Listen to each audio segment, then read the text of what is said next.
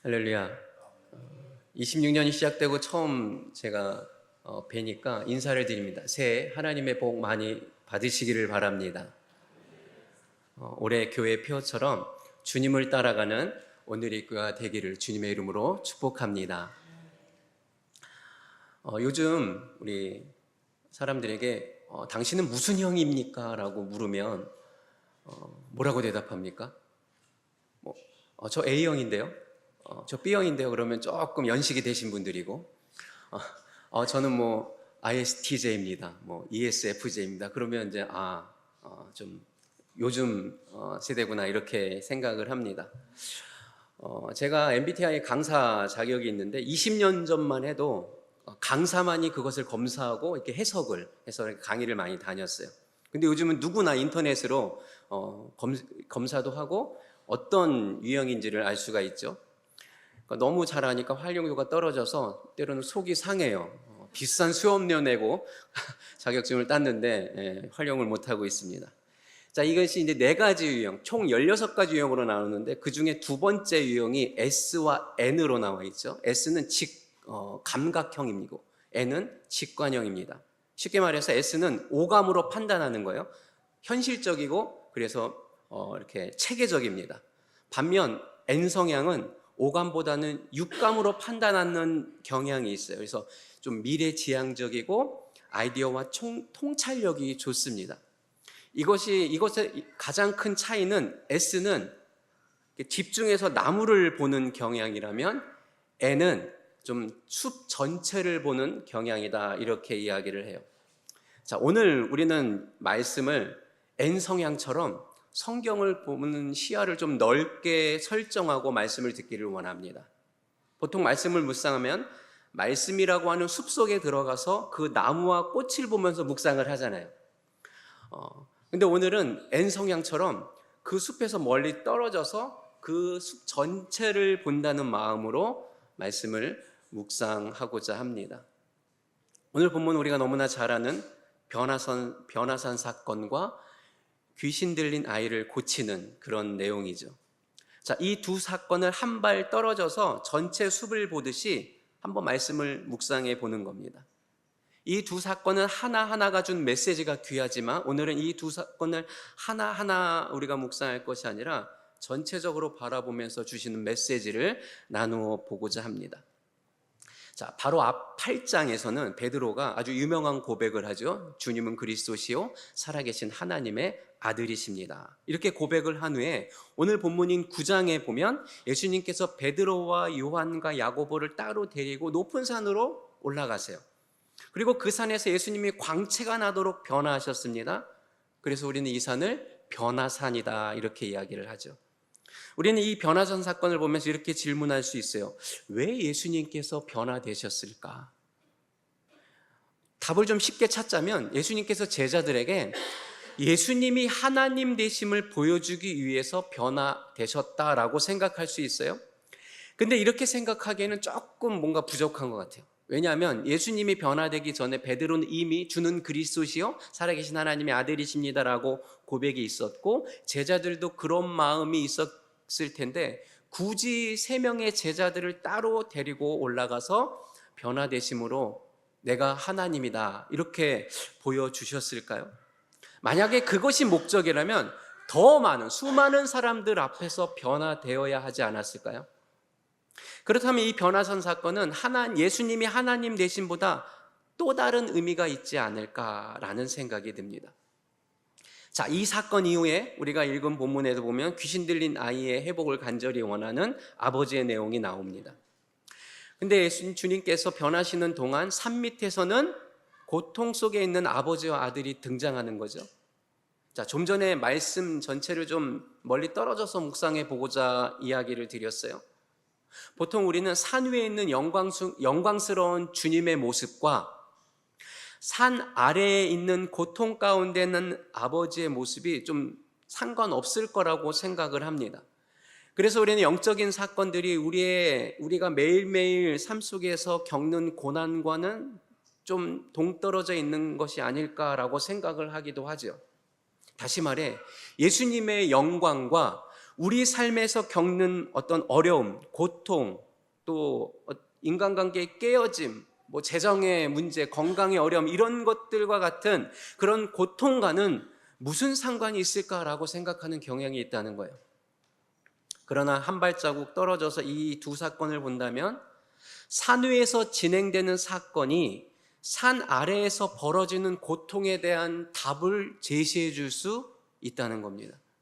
그래서 산 밑에서 벌어지는 고난의 삶을 보면서 아픔과 낙심을 가지고 살아가는 것이 아니라 그 고난은 산 위에서 벌어지는 사건을 통해서 풀어가야 한다는 것을 기억할 때 우리의 삶에 회복이 일어난다는 거예요. 자, 본문에 보면 예수님께서 변화되시고 두 사람이 구약의 인물이 등장하죠. 모세와 엘리야가 등장합니다. 무슨 뜻입니까? 자, 모세는 율법의 상징이고 엘리야는 예언의 상징이죠. 그래서 율법이 가리키고 있는 것은 예수님이고 예언이 가리키고 있는 것도 예수님입니다. 그러니까 모세와 엘리야가 나타났다는 것은 예수님이 율법과 예언의 완성이라는 것을 알려주는 거예요. 복음서에 보면 예수님도 내가 율법을 완성하러 왔다라고 말씀을 하셨죠. 근데 베드로가 5절에 보면 주님, 우리가 여기 있는 것이 그냥 좋겠습니다, 이렇게 얘기해요. 여기가 어디입니까? 예수님이 변화되시고 엘리야와 모세가 나타나고 이는 내 사랑하는 아들이니 그의 말을 들으라고 하는 하나님의 음성이 들린 곳이에요. 그런데 베드로, 야고보, 요한은 하나님의 음성을 들었음에도 불구하고 그냥 그곳에 머물고 싶었던 거예요. 계속 은혜의 자리에 머물고 싶은 거죠. 산 위가 산 아래보다 더 좋았던 거예요. 우리가 이렇게 수련회나 아니면 이렇게 단기 선교 가면 물론 육체적으로 힘들기도 하지만 너무 좋으니까 이걸 좀 계속 하고 싶다 이런 마음이 들 때가 있잖아요. 제가 코스타를 섬기다 보면 청소년들이 코스타가 끝나도 코스타 좀 더 하면 안 돼요? 막 이렇게 이야기하는 말들도 그런 이야기도 듣습니다. 얼마나 감사하고 은혜가 많은지 몰라요. 근데 한편으로는 다시 삶 속으로 돌아가기 싫은 거겠죠. 다시 삶으로 가면 변하지 않는 똑같은 현실이 있으니까 하나님 앞에서 은혜 받을 때는 정말 좋은데 다시 돌아가려니 막막한 거예요. 여러분 이해되십니까? 그런데 그 마음이 한편으로는 은혜를 사모하는 마음이지만 또 한편으로는 현실을 피하고 싶은 마음이기도 합니다. 성도 여러분, 산 위는 우리의 삶의 현장이 될 수 없어요. 베드로가 여기 있는 것이 좋겠습니다. 내가 예수님을 위해서 또 모세와 엘리야를 위해서 초막을 짓겠습니다. 이렇게 얘기하는데 성경에 보니까 그냥 무슨 말인지 모르고 했다라고 기록하고 있어요. 자, 그 당시 유대인들이 가지고 있었던 메시아 사상은 어떤 것이냐면 메시아가 오기 전에 엘리야가 올 것이라고 믿었어요. 말라기서 마지막 장에 보면 두렵고 크고 두려운 날에 엘리야를 보내겠다 이렇게 말씀하시잖아요. 그리고 초막을 짓겠다는 것은 이스라엘이 출애굽을 한 이후에 하나님께서 애굽으로부터 구원해 주신 것에 감사해서 광야에서 초막을 짓고 그래서 그게 이제 장막절이 초막절이 되었는데 근데 지금 베드로 앞에 엘리야가 왔으니까 이제 메시아의 시대가 온 것이 아닌가 생각해서 그냥 초막에 살자고 이야기한 거예요. 성경은 그가 너무 무서워서 무슨 말을 하는지도 모르면서 말하는 거라고 기록하고 있죠. 여러분 이런 겁니다. 현실 속으로 가지 않고 은혜만 받으면 좋겠다는 생각인 거예요. 근데 오늘 말씀을 좀 멀리서 바라보자고 했죠. 여러분 산 위에서 경험하는 은혜는 산 밑에 있는 삶의 현장을 위한 것입니다. 우선 아멘 하시기를 바랍니다. 여러분 산 위의 경험만 중요한 것이 아니에요. 산 위에서 경험하는 영광의 체험은 산 아래에서 진행되고 있는 고난의 목적과 승리를 위해서 존재하는 것임을 기억하시기를 바랍니다. 지금 산 아래의 상황은 어떤 상황이에요? 한 아이가 귀신에 들려서 아버지가 제자들에게 데려왔어요. 제자들이 예수님과 치유 사역을 많이 경험했으니까 따라서 해봤겠죠. 최선을 다해서 했는데도 귀신이 쫓아지지 않는 거예요.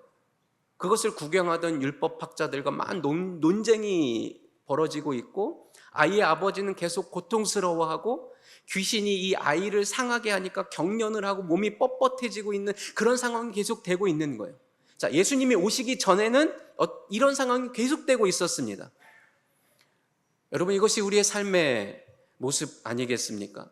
예수님이 오시기 전까지는 우리의 삶은 혼란스럽고 고통이 계속 일어납니다. 이런 인생들을 향해서 예수님이 뭐라고 하십니까? 19절에 보면 이 믿음이 없는 세대야 라고 하시죠. 여러분, 믿음이 없다라고 하면 누가 기분이 좋겠습니까? 누군가가 여러분에게 와서 왜 이렇게 믿음이 없어요? 라고 하면 좋아할 사람이 없을 겁니다. 근데 이런 말을 듣고도 물러서지 않는 사람이 있었어요. 누굽니까? 바로 이 아이의 아버지였어요. 그는 마음이 넉넉해서 그런 것이 아니라 그가 가진 문제가 너무 절박했기 때문에 이런 말을 듣고도 물러서지 않았어요. 이 아버지는 이 문제를 예수님만 해결할 수 있다고 알기 때문에 어떤 말을 들어도 마음 상하지 않고 예수님 앞에 나올 수 있었습니다. 자, 오늘 본문 22절을 우리 같이 한번 읽어보겠습니다. 시작. 귀신이 아이를 죽이려고 여러 번 물속에 내던져 선생님께서 어떻게든 하실 수 있다면 제발 우리를 불쌍히 여기시고 도와주십시오. 자, 보세요. 어떻게든 하실 수 있다면 제발 우리를 불쌍히 여기시고 도와주십시오. 이게 무슨 말입니까? 예수님에게 그런 능력이 있다면 제발 나를 도와주십시오 라는 말이죠.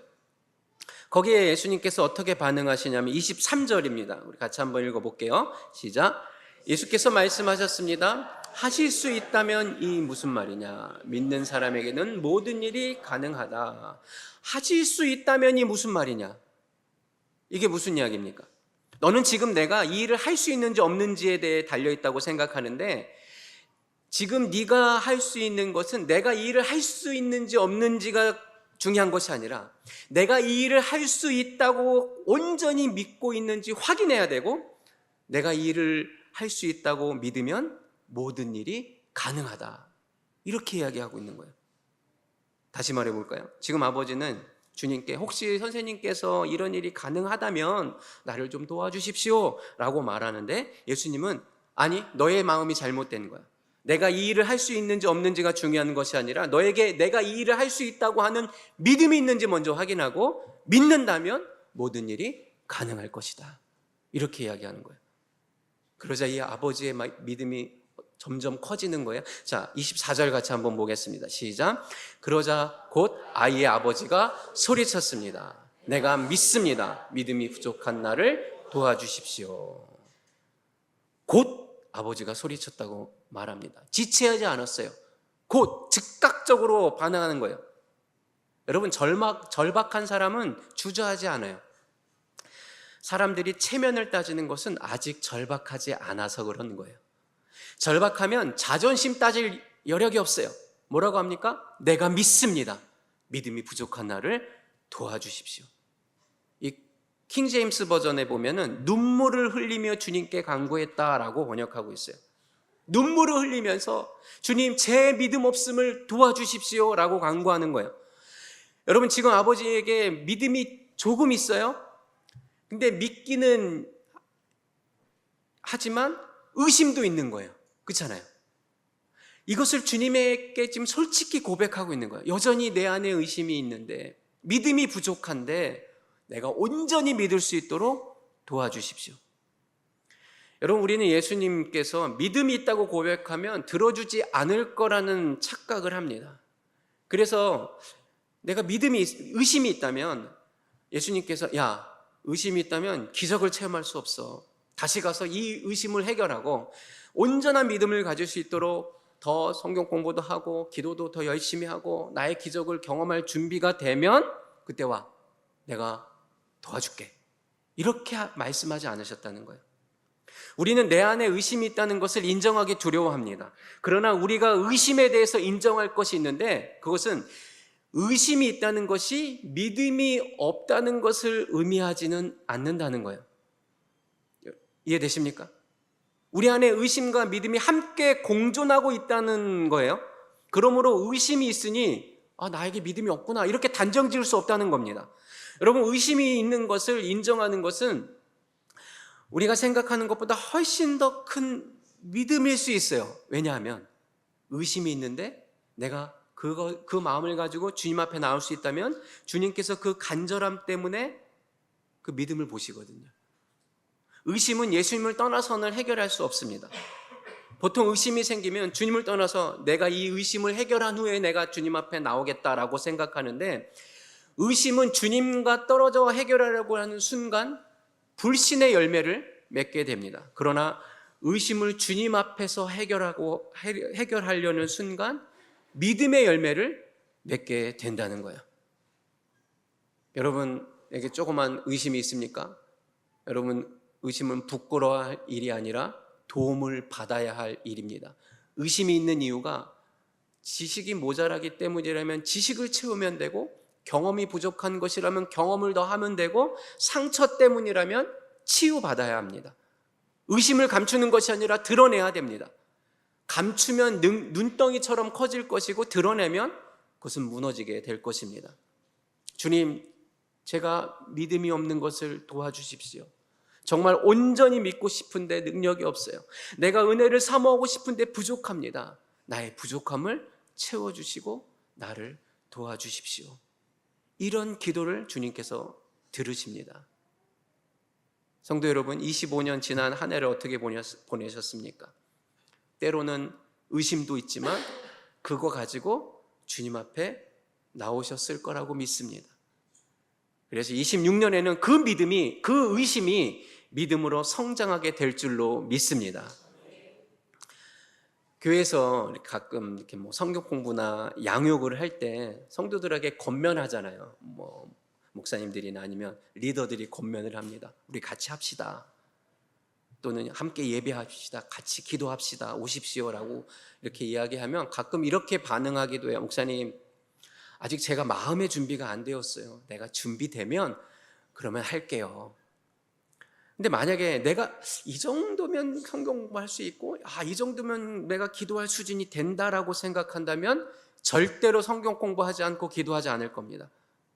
근데 우리의 마음은, 주님, 제가 너무 준비가 안 됐고, 제가 너무 부족하고, 아직도 의심이 있고, 게으름도 있고, 하나님을 향해서 때로는 무관심할 때도 있지만 이 믿음 없음을 도와주십시오 라고 할 때 하나님께서 분명히 힘과 능력을 주실 줄로 믿습니다. 어떤 분은 이 말에 동의하지 않을 수 있어요. 목사님, 내가 마음으로 느껴지지도 않는데 어떻게 하나님께 도움을 요청합니까?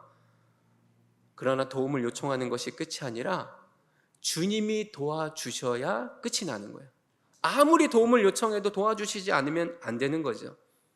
그럼 어떻게 도움을 요청합니까? 내가 한 이 정도 수준이 되었어? 내가 준비되었더니, 내가 열심히 막 노력하고 준비했더니 되었어 라는 사람이 주님께 도움을 요청할 수 있을까요? 절대로 그럴 수 없습니다. 하나님을 향해서 도움을 요청할 수 있는 사람은 자신의 부족함, 자신의 믿음 없음을 여전히 인식하고 그럼에도 불구하고 하나님을 향해서 도움을 요청하는 사람이에요. 자, 보세요. 우리 본문 25절, 26절 우리 같이 한번 읽어보겠습니다. 시작. 많은 사람들이 이 광경을 보려고 달려오는 것을 보시고, 귀신아, 내가 네게 명령한다. 이 아이에게서 나와 다시는 들어가지. 더러운 귀신은 소리 지르며 아이에게 심한 경련을 일으키더니 나갔습니다. 애가 죽은 것 같이 되어 누워있자 많은 사람이 수군거렸습니다. 아이가 죽었나 보다. 여러분 보십시오. 작은 믿음이 있고 의심이 있는데도 불구하고 예수님은 아버지의 요구를 들어주셨고 이 아이를 고쳐주셨습니다. 여러분, 이것이 복음입니다. 우리가 완벽한 믿음과 자격이 있고 그런 우리의 믿음을 증명해 주시기 위해서 우리 기도에 응답해 주신다면 그런 경험을 할 수 있는 사람이 얼마나 되겠습니까? 그러나 우리의 부족함에도 주님을 향해서 도움을 요청할 때 주님께서 들어주신다는 거죠. 여러분, 하나님의 역사는 자격과 상관이 없습니다. 주님께서 우리를 사랑하시기 때문에 하나님의 역사는 우리의 부족함에도 불구하고 일어난다는 거예요. 복음은 우리의 부족함에도 불구하고 우리를 사랑하신 예수님을 믿는 겁니다. 여러분 믿으십니까? 그런 믿음이 있기를 주님의 이름으로 축복합니다. 여러분, 지금 제자들이 귀신 들린 아이를 고치려는데 안 되고 막 논쟁이 일어나고, 그리고 예수님이 귀신에게 아이에게 나가라고 하니까 아이가 쓰러지고 본문에 보면 죽은 것처럼 되었다라고 기록하고 있어요. 여러분이 이 아버지라면 어떻게 했어요? 아니 뭐야, 모든 일이 가능하다며 근데 내 아이가 죽은 거야? 이렇게 생각하지 않았을까요? 근데 이런 상황에도 흔들리지 않는 믿음을 가진 사람들이 생각이 났습니다. 누굴까요? 바로 예수님과 변화산에 함께 있었던 3명의 제자들입니다. 산 위에서 변화된 예수님을 보았던 베드로, 야고보, 요한은 이런 상황을 보면서 여러분 걱정하지 마십시오. 우리가 예수님을 봤는데 그분은 변화되셨어요. 광채가 났어요. 그분은 하나님이세요. 걱정 마십시오. 우리 주님께서 모든 것을 해결해 주실 수 있을 겁니다. 라고 하는 믿음이 있지 않았을까요? 여러분, 만약에 이 3명의 제자들이 산 밑에 있는 사건을 보고 흔들리지 않을 수 있는 이유가 산 위에서 경험한 그런 은혜와 영광 때문이라면, 우리의 삶 가운데 일어나는 고통 때문에 마음 상하지 않고 그것을 이길 수 있는 힘을 소망할 수 있는 이유도 삶의 현장에서 나오는 것이 아니라 산 위의 영광과 은혜에서부터 나온다는 것을 여러분 믿으셔야 됩니다. 사도 바울도 이런 고백을 했어요.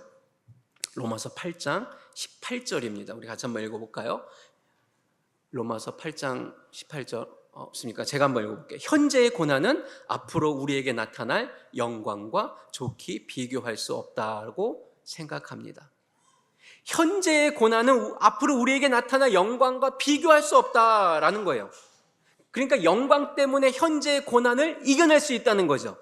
여러분, 예수님을 믿는다고 해서 산 밑에서 일어나는 일들이 고통스럽지 않은 것이 아니에요. 우리에게 믿음이 있지만 고난이 오면 너무 아프고 힘들어요. 그렇지 않습니까?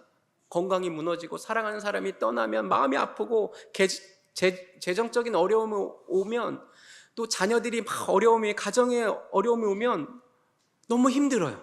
마음이 무너질 것 같아요. 그런데 믿음의 사람들이 그 고통 때문에 무너지지 아니하고 그 아픔 때문에 하나님을 원망하지 않을 수 있는 이유가 그 고통 너머에 있는 하나님의 은혜를 경험할 수 있기 때문입니다. 이 영광에 비교하면 이 고통의 현장은 아무것도 아니라는 거예요.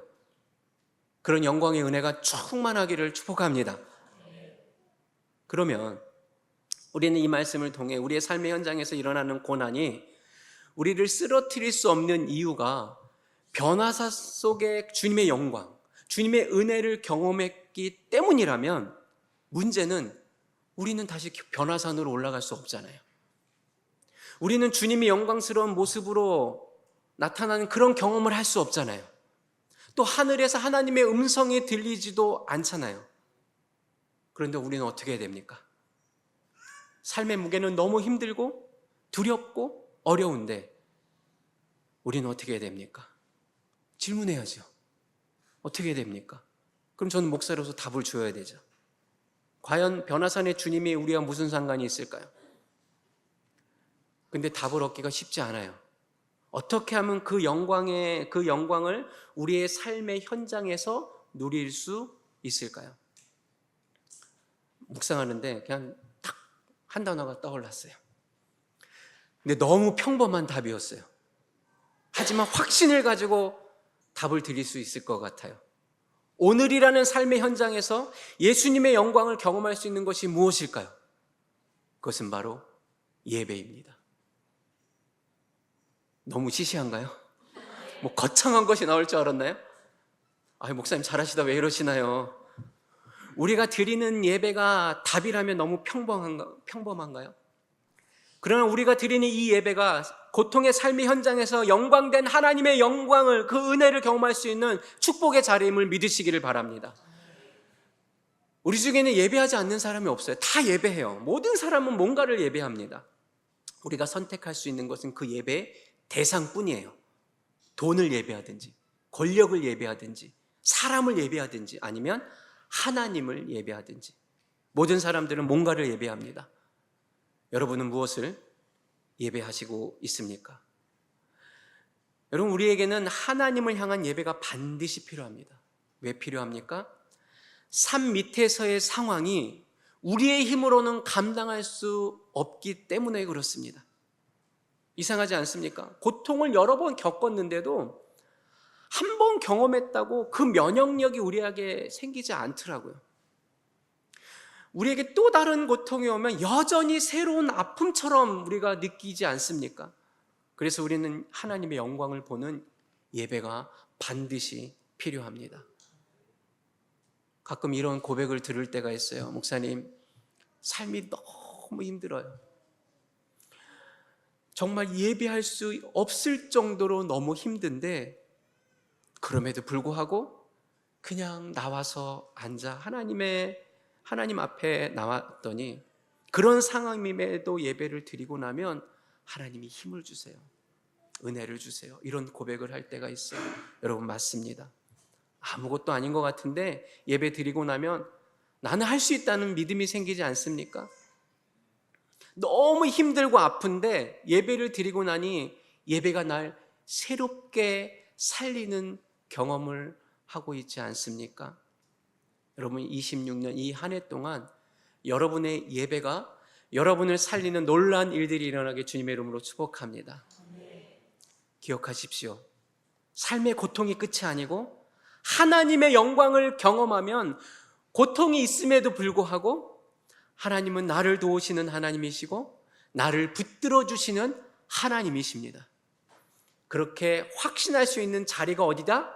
바로 예배의 자리라는 것을 여러분 기억하십시오. 그럼 그렇게 예배하면 어떻게 되겠습니까? 우리 본문 8절을 우리 같이 한번 보겠습니다.